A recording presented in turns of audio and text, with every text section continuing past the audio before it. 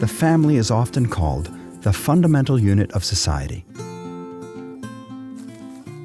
It's the original cell of community and the basic building block of civilization.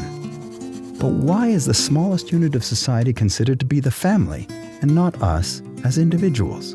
Simply put, without the family, we do not have civilization. Babies are born completely vulnerable. They cannot even feed themselves. Toddlers do not learn right from wrong on their own.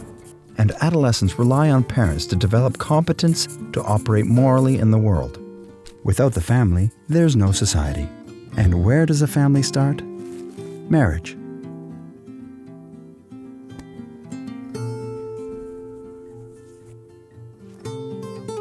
This unique role for the family is by God's design. There is no substitute for a parent's love and care for their children. A family is formed when a man and a woman unite in marriage. This union is so important to the salvation of souls and to human flourishing that Christ elevated marriage to a sacrament and infuses it with special graces. Certainly, marriage is regulated by human institutions, but more importantly, it is a life-giving partnership established by God and endowed with its own laws that no man can change. As a married couple, you are called to create life, to develop a cradle of love where children are born and grow, and where they learn truth and goodness.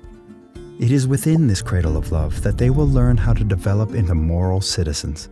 It is where they will develop the habits of holiness that are essential to the salvation of their soul. For this reason, the Catholic Church has long considered the family to be a domestic church, which is the smallest body of believers in Christ. The Pope leads the Universal Church, which is tasked with defining doctrines. The local bishop leads the diocesan church, which implements these doctrines in your region. Your priest leads the parish church, where you receive the sacraments. But you are in charge of the domestic church, which is where your children are evangelized, learn to pray, are catechized, and taught how to grow in virtue. Why is this your responsibility?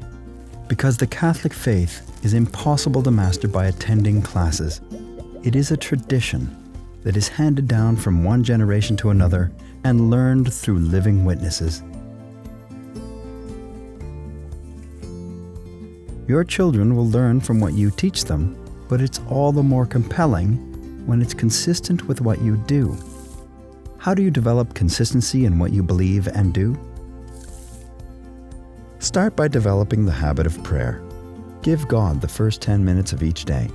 Read Scripture and the writings of the saints. Attend Mass each Sunday and go to confession once a month. Over time, these small acts can lead to big progress. Your spiritual life and formation of your conscience is critical to your role as a parent. God has commanded your children to honor thy father and thy mother. God has vested you with His authority and is entrusting you to hand down the faith. But you cannot teach what you do not know. This is a grave responsibility. Because all responsibilities come with certain rights, you as parents have the right to determine how best to raise your child. That's why the Church has always promoted the principle of subsidiarity, which strikes the proper balance between the state and the family. The principle of subsidiarity teaches that any need in society should be handled by the lowest possible competent authority. And so, raising children belongs to the family. Therefore, the Catholic Church calls for the whole of society to be oriented towards the protection of the family and the rights of parents, and it has consistently fought against any legislation or movement aimed at undermining the nuclear family. As governments grow in power, they often attempt to replace the family, which inevitably leads to the breakdown of civilization. This is most painfully seen among children raised without fathers, who are more likely to drop out of school and commit crimes and acts of violence. When you consider how important families are to the moral and spiritual development of children, you can also see the correlation between broken families and the breakdown of society. That doesn't mean widowed or abandoned spouses cannot raise a child on their own, but all single parents realize one person cannot be everything. You are responsible for preserving your family unit, even when it's challenging. True love is a choice, and you cannot truly love that for which you are not willing to sacrifice for. Just as Christ sacrificed for us, you are called to sacrifice for your family. The stakes couldn't be higher. It's not just the spiritual and moral development of your child that's at stake. It's civilization itself.